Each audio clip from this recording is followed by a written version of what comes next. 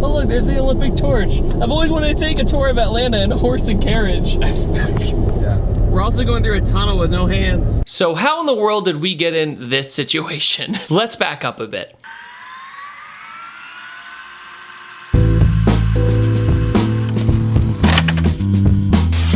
A few days ago, I made a trip back to Baton Rouge, Louisiana in my K20a Integra to visit Hybrid Racing and review their upgraded Turbo Civic Type R.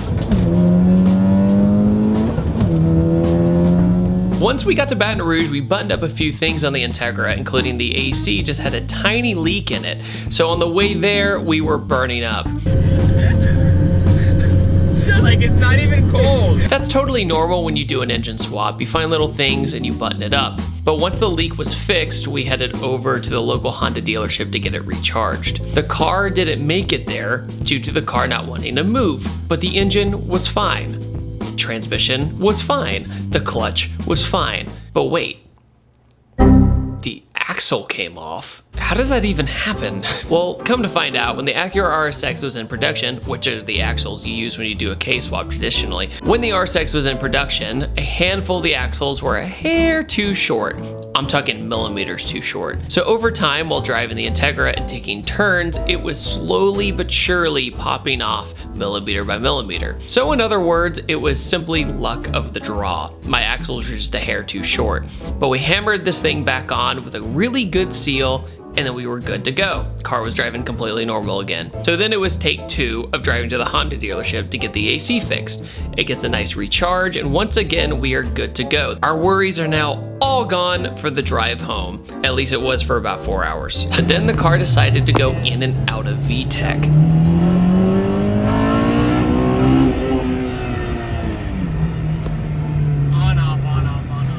This had never happened to me before, and I had no idea what was going on. We plugged in the laptop, we data logged it, and everything was fine. But thankfully, Hybrid Racing knew exactly the problem. The car was low on oil. How this happened is beyond me, but let's just go with sometimes Hondas like burning oil in high RPMs. If you think about it, with the K20a revving at a high RPM the entire way back home, it's eventually probably going to burn some oil. So without even risking it, from our hotel, we walk to the nearest Walmart, we grab what we need, and fix the problem. It's now extremely late, and we are confident we will get home just fine. It's now 6:45 a.m. and we start our journey, and everything was fine until we crossed into Alabama. Here in Alabama, just crossed the border, and the splash guard came off. I don't know how that happens, but apparently this car is cursed. I fully believe this car is cursed because we have had nothing but problems this entire trip, and they're all really weird Final Destination kind of crap. And this splash guard, the splash guard on the Integra, is connected to the bumper all the way in the fender well. So it goes over the fender well and then on the front bumper. And that's why we don't really have an easy solution. Most modern splash guards essentially attach to right under your oil pan. If it falls off, it stinks, but you can still drive no problem. Your bumper isn't really affected. This, all the holes have torn on the side of the fender, and the fender is completely bent. And you know, we just redid the body work a year ago with a brand new fender, and it's already gone. This is done. I don't know what we're gonna do because we don't have any zip ties or anything, because that's kind of the ideal solution right now. But I have self-tapping screws with me, but of course I don't have a drill. I have an impact with me. That's the only thing I have with me. Bracket is held on. It's a bumper, all right. Okay, so essentially we have 2 on there, and we're gonna have to limp it to a gas station to get more, but this is what we're gonna have to deal with all the way home. We got some dragonflies keeping us company. Okay, so we're gonna try and make it to a gas station that has zip ties. Sound good, Jeff? Sounds good. Awesome. Like we don't have a choice. No. So we're gonna limp, so we're gonna limp it on the highway, get into 5th gear, and let's go over everything that has gone wrong since we left Atlanta. The reason we left Atlanta was that I needed a secondary O2 sensor to pass Georgia emissions. That's why you haven't seen Integra videos. We start our drive, we make it through Alabama, and all of a sudden our AC cuts off right when the sun starts coming up. We essentially left at 3 in the morning because of darkness. We just want to have an early start, get driving, cross the border, get all that ready. AC cuts off. But then after that, we hear this weird vibration noise, and we're like, I have no idea what that is. It's like this space age kind of noise. Well, when we get to hybrid racing, my header to exhaust bolt was completely loose, and the other one fell off, completely missing. Those were torqued down. And on the way back to Atlanta last trip, my muffler to mid pipe, those bolts backed out from vibration, and those were torqued down. And then I didn't have an exhaust anymore. It was like driving open downpipe all the way back to Atlanta. Fun stuff. So essentially, you had to pull the dipstick when the motor was super hot. Saw that it had nothing on it after we, wiped it down and everything.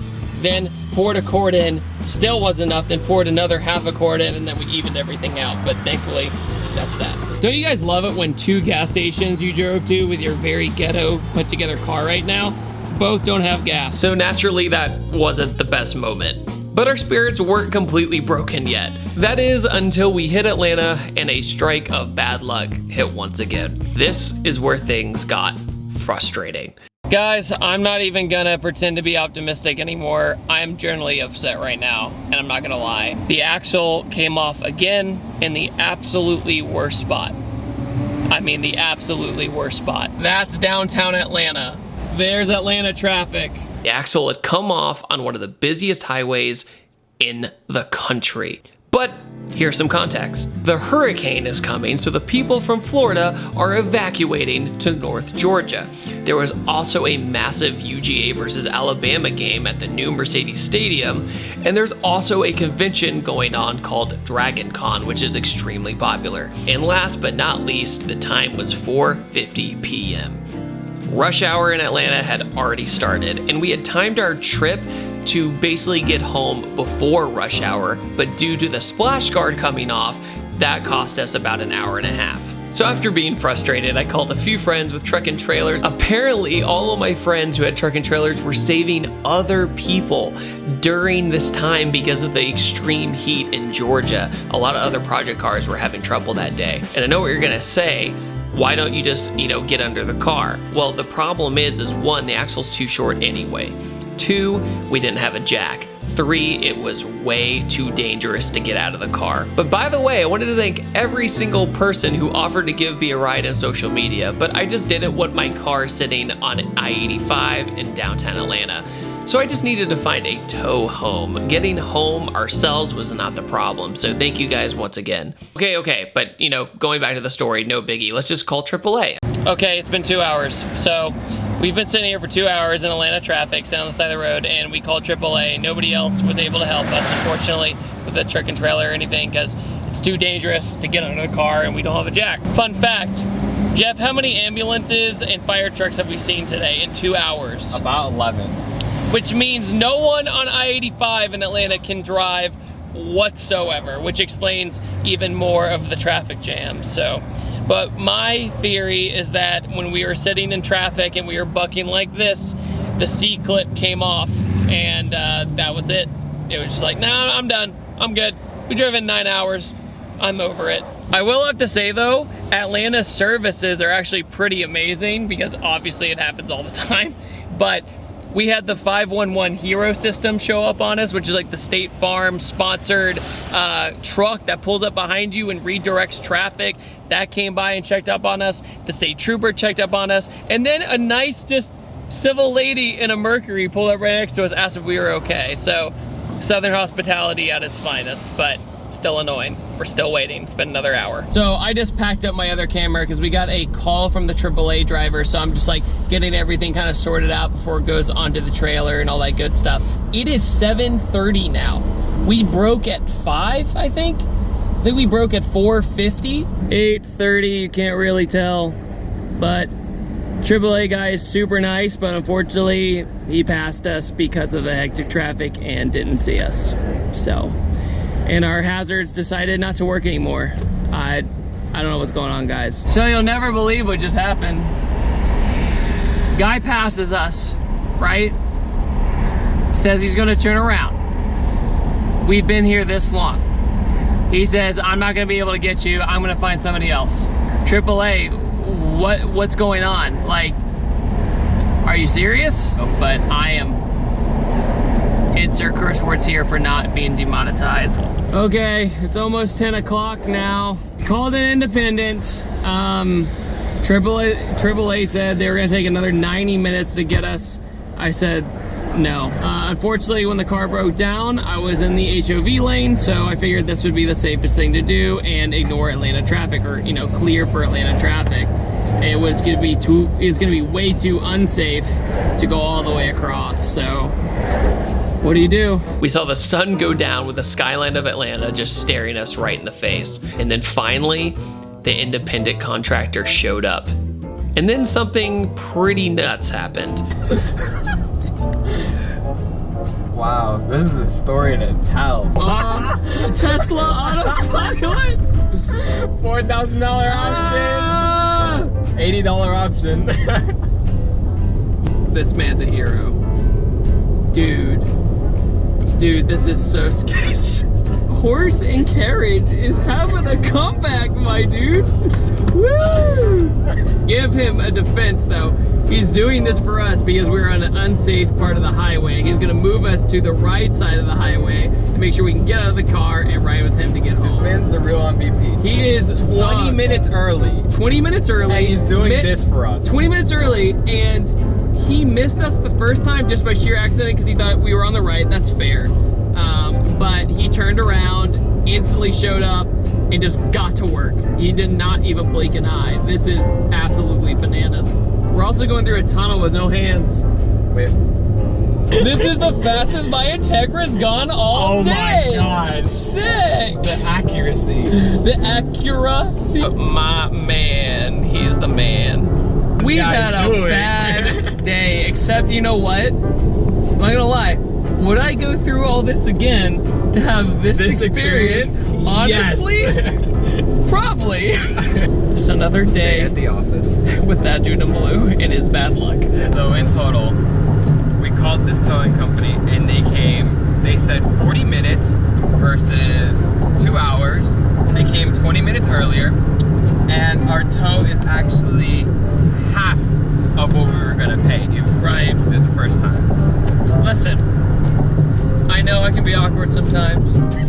I know I'm a little weird sometimes as a car guy on the internet. I don't have the clout like everybody else does in that way. I will say though, I feel like today is the day I have the most clout of dealing with BS. Dealing with tow truck drivers. Look, my awesome sauce from Hybrid Racing. And having this wonderful 1800s experience. I just want to make it clear, guys, none of this was anybody else's fault today. The car itself, just bad luck, guys. Since it was so dangerous for us to get out of the car, the tow truck driver made a call, a pretty difficult call, but he said, no, this is too dangerous for these guys to get out of the car. Buckle up. What we ended up doing was very dangerous, but it was less dangerous than the thousands of cars heading straight for us, so it was a judgment call. But in any other circumstance, do not do this. But we safely made our way home.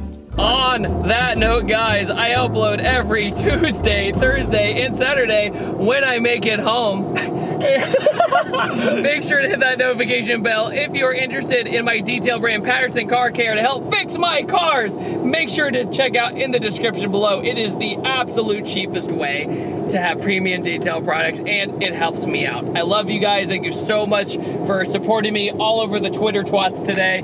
It was awesome as we sat here stranded, and I'll see you guys next time. Take it easy. Bye. Bye.